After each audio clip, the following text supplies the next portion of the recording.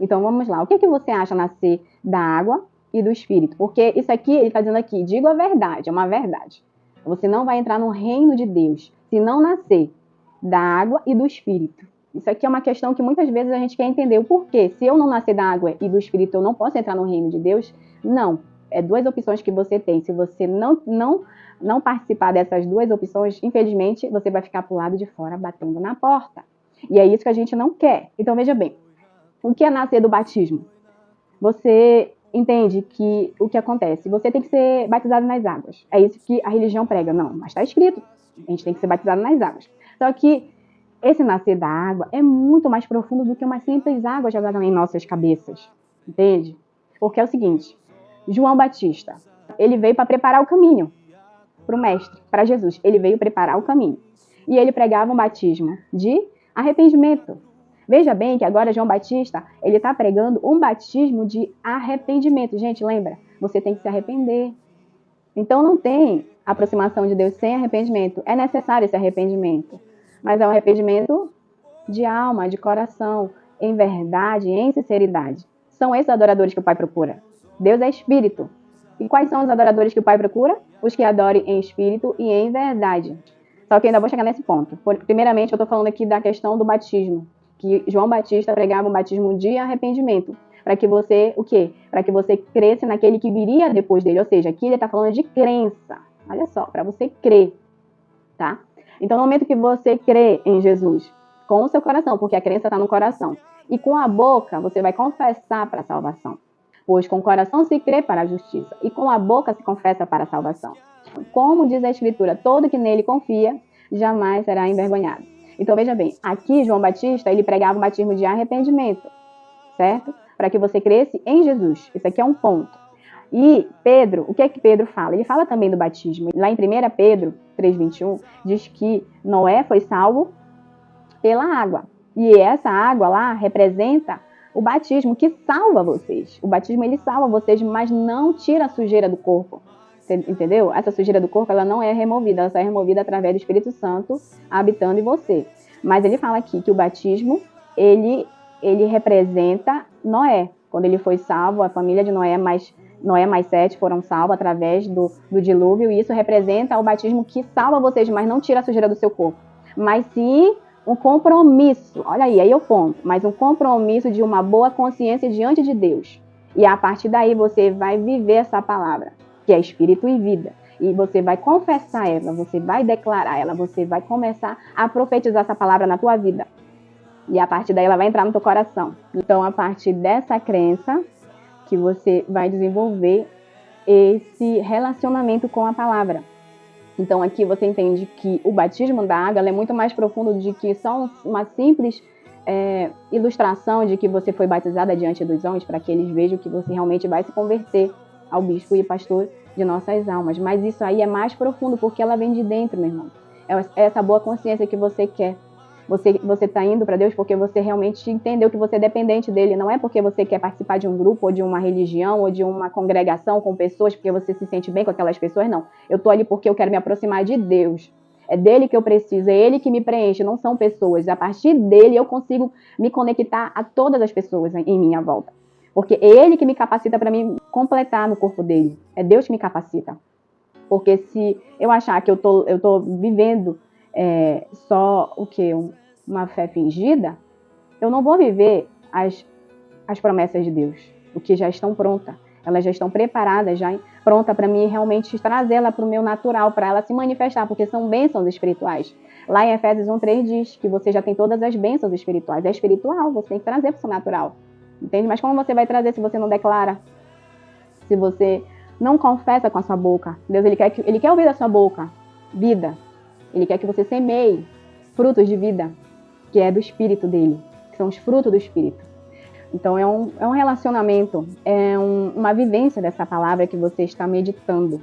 Você está fazendo o seu coração acreditar através da sua declaração, através da tua confissão, porque você vai confessar para Deus tudo aqui. É esse relacionamento entre você e Deus. É individual e intransferível. Você não pode transferir para outras pessoas. É você e Deus. É experimentado. É uma essência única sua. Então, veja bem, agora ele diz lá em João 3,5 que você não pode entrar no reino de Deus se não nascer da água e do Espírito. E do Espírito, porque a partir desse relacionamento da palavra, que é uma crença, você confessou, você tem uma boa consciência diante de Deus e você tem um compromisso hoje com seu mestre, com Jesus. A partir daí, essa sementinha, que é uma semente, ela vai nascer, ela vai florescer e ela vai dar fruto do Espírito. É aí que vai começar a essência, ela vai começar a ferver. Lembra que você tem uma chama do dom de Deus? E Ele enviou o Filho para fazer morada em você, para você hoje frutificar os frutos desse Espírito que é de Jesus, que está em você através dessa palavra que você está vivendo hoje. Aqui a gente já entende que você vai ter agora uma boa consciência diante dessa palavra, que você medita, que você confessa, que você declara, que você profetiza na sua vida. Você vai ter uma boa consciência diante de Deus através dessa palavra que você vive hoje. E a partir daí você vai abrir esse leque de oportunidade de viver na presença de Deus. Porque você vai se aproximar dele, porque você está pedindo a presença dele. E lembra que na palavra de Deus diz que todo que pede, recebe, o que busca, encontra. E aquele que bate, a porta será aberta. Jesus é a porta. Então, se você bater na porta, ele vai abrir a porta e você vai passar por essa porta e você vai encontrar pastagem. Porque você era uma ovelha perdida e você foi encontrada pelo bom pastor e bispo de sua alma. Então, aqui você compreende que lá em Gálatas 3:2 diz o seguinte: queria saber o seguinte, gostaria de saber apenas uma coisa. Foi pela prática da lei que vocês receberam o Espírito ou pela fé naquilo que ouviram? Olha só, ele está falando aqui, os Gálatas, né? Ele fala assim, Gálatas insensato. Eu quero saber uma coisa de vocês. Vocês foram justificados pelo Espírito, mas agora vocês querem voltar aos princípios elementares do mundo? Então ele fala assim, Gálatas insensato. Foi pela prática da lei que vocês receberam o Espírito ou pela fé naquilo que ouviram? Porque é pela fé, meu irmão, que você é justificado. Pela fé naquilo que você ouviu, ou seja, o evangelho da verdade, que liberta, que transforma, que te prepara para esse novo tempo que você está vivendo, que você vai viver, que vai ser incrível na tua vida, porque você vai ser livre. Você vai ser livre em Cristo. Lembra que Cristo te libertou da lei de Moisés, do pecado e da morte. Mas quem foi que te libertou? A lei do Espírito de vida. Então você está livre aqui. Mas não livre para satisfazer a vontade dessa carne, e sim livre para fazer a vontade de Deus, que é os frutos do Espírito que você vai dar, porque você nasceu, você é uma semente, e a partir daí quando você nasce, você está florescendo, você está dando frutos bons, a árvore boa, dá fruto bom. Você não é árvore má mais não, porque você já foi crucificado com Cristo. Lembra que esse velho homem, que não se aproveita nada, ele foi crucificado. Veja só. Por meio de Cristo Jesus, a lei do Espírito de vida me libertou da lei do pecado e da morte. Aí você entende assim, como assim? Por meio de Cristo Jesus, a lei do Espírito de vida me libertou da lei. É da lei de Moisés, gente. Você foi liberto da lei de Moisés, porque a letra mata e o Espírito vivifica. Mas é isso que eu quero falar com você aqui. Não quer dizer que a lei escrita, que é boa, justa e santa, é Espírito e vida, ela não vai te matar, ela não te mata, mas o que ela diz? Ela não faz o Espírito nascer em você. Não é essa lei escrita que vai fazer o Espírito nascer em você. Em si, a tua crença em Jesus, a tua confissão, a sua vivência através dessa palavra que é Espírito de vida. Não essa lei escrita que você acha que você vai estar honrando a Deus, mas se você realmente fazer Jesus nascer em você. Porque é pela fé. Por isso que lá em Gálatas diz, foi pela lei escrita que vocês receberam o Espírito ou por aquilo que ouviram. Então é isso que ele vai falar. Não é uma lei escrita que vai te justificar, e sim é a fé naquilo que você ouviu na palavra. É isso que ele quer nos dizer. Por meio de Cristo Jesus, a lei do Espírito de vida me libertou da lei do pecado e da morte.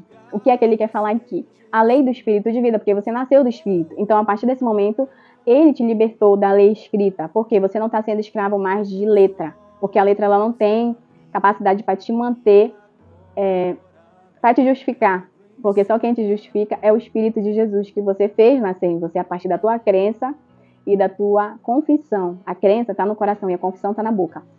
Então, o que é que Romanos fala? Porque aquilo que a lei foi incapaz de fazer por estar enfraquecida pela carne, Deus o fez enviando o seu próprio Filho à semelhança do homem pecador como oferta pelo pecado. E assim condenou o pecado na carne de Jesus. Lembra que o pecado foi condenado na carne de Jesus, a fim de que as justas exigências da lei fossem plenamente satisfeitas em nós, que não vivemos segundo a carne, mas segundo o Espírito. Olha a chave, gente. Você vai viver segundo o Espírito. E aí você me pergunta, que diremos então? A lei é pecado? De maneira nenhuma. Olha só o que fala aqui. De fato, eu não saberia o que é pecado a não ser por meio da lei escrita. Pois, na realidade, eu não saberia o que é cobiça se a lei não dissesse não cobiçarás. Mas o pecado, aproveitando a oportunidade dada pelo mandamento, produziu em mim e em você todo tipo de desejo cobiçoso.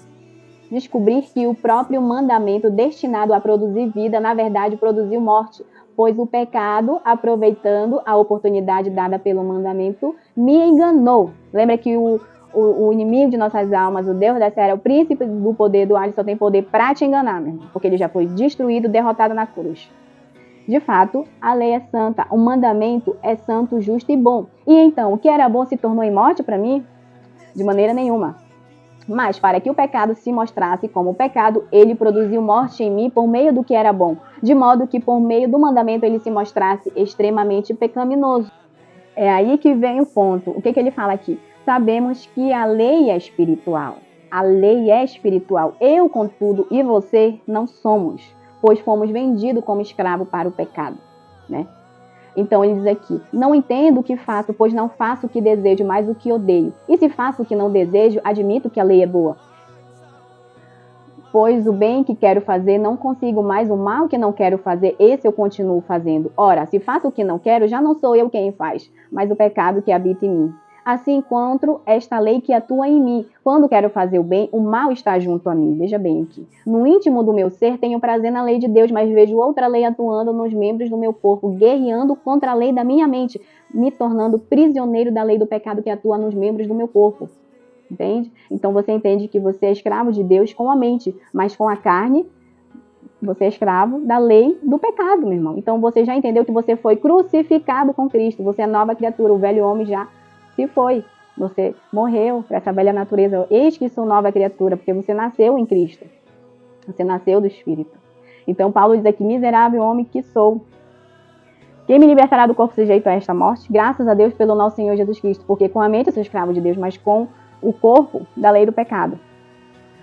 Aqui é outro ponto interessante que você tem que compreender, que lá em 1 Timóteo 1,8 diz o seguinte, sabemos que a lei é boa se alguém usa de maneira adequada. Por quê? Também sabemos que ela não é feita para os justos, porque você é um justo. Se você confessou Deus com a sua boca, você creu com seu coração, você se aproximou da videira, você enxertou nessa oliveira cultivada, porque você é um ramo, e se você permanecer em Cristo, meu irmão, você vai dar fruto. Você vai dar frutos do Espírito. Você nasceu, você está participando agora dessa seiva que te alimenta da raiz, entendeu? É uma raiz aí cultivada que você vai se alimentar todos os dias. É um alimento espiritual. É o pão da vida, é a água que jorra, né, eternamente em nossas vidas, porque você vai beber dessa água, você vai comer desse pão e aí você vai ser satisfeito, porque você vai ter fome e sede de justiça e você vai ser satisfeito, porque Deus vai te satisfazer, porque é Jesus que vai completar, você vai ser cheio desse alimento que é espírito de vida, é um alimento que te completa. Você está completo aqui. Ele é suficiente. Nele você pode tudo, porque Ele é meu alicerce. Ele que tem o poder aqui para me manter de pé, porque eu não consigo por mim mesmo. É Ele que me sustenta, meu irmão. Se eu estou nele, eu já tenho toda essa armadura espiritual para me manter firme nos dias maus que vão vir. Eu estou no mundo. Então, nesse mundo eu vou ter aflição, mas eu vou ter bom ânimo, eu vou ser alegre em qualquer circunstância, sendo com fome, bem alimentado, passando dificuldade, qualquer coisa que venha contra a minha vida, eu vou ser feliz, porque é Ele que está comigo. E nele eu posso tudo, porque Ele é meu escape, Ele que me consola. Né? O Espírito Consolador está em mim, está em você. Então aqui você entende que lá em 1 Timóteo 1,8 diz que, e no verso 9 diz, também sabemos que a lei não é feita para o justo, mas para o quê? Os transgressores, os que não querem viver o Evangelho, os que não querem se aproximar de Deus, que não querem viver no Espírito, estão vivendo na carne. Então é isso, gente. Para você que é justificado, você agora está debaixo da graça, porque você está sendo conduzido pela lei do Espírito de vida. Então ele está falando aqui que os frutos do Espírito, o que é? É amor, alegria, paz, paciência, amabilidade, fidelidade, bondade, mansidão e domínio próprio. Contra essas coisas não há lei. Entendeu? Você foi crucificado com Cristo, você nasceu, porque o fim da lei é Cristo para a justificação de todo o que crê. Então ele fala quais são as obras da carne. Imoralidade sexual, impureza, libertinagem, idolatria, feitiçaria, ódio, discórdia, insensatez, orgulho, inveja, entendeu? Tudo é obra da carne, o que não edifica um homem. Você não consegue viver você não consegue viver a vontade de Deus porque você está moldado a esse mundo. Então você não vai ser capaz de experimentar e comprovar a boa, agradável e perfeita vontade de Deus. Você não vai ser capaz porque você não renovou a mente. Porque você tem que renovar a mente, meu irmão. Você tem que transformar a sua mente para a mentalidade de Cristo. Porque é essa lei que ele vai colocar na tua mente e as escrever no teu coração a partir dessa aproximação, desse arrependimento sincero e verdadeiro do seu coração. E a partir daí ele vai acrescentar tudo. É um tempo determinado que ele já predestinou para cada um de nós. E você somente tem que viver essa palavra. Você tem que meditar nela dia e noite e vivenciando todos os dias no seu coração para você viver o extraordinário que é perfeito, é incrível, é indizível. É uma palavra que eu não consigo nem descrever de tão perfeita, que é o amor de Deus em nossas vidas.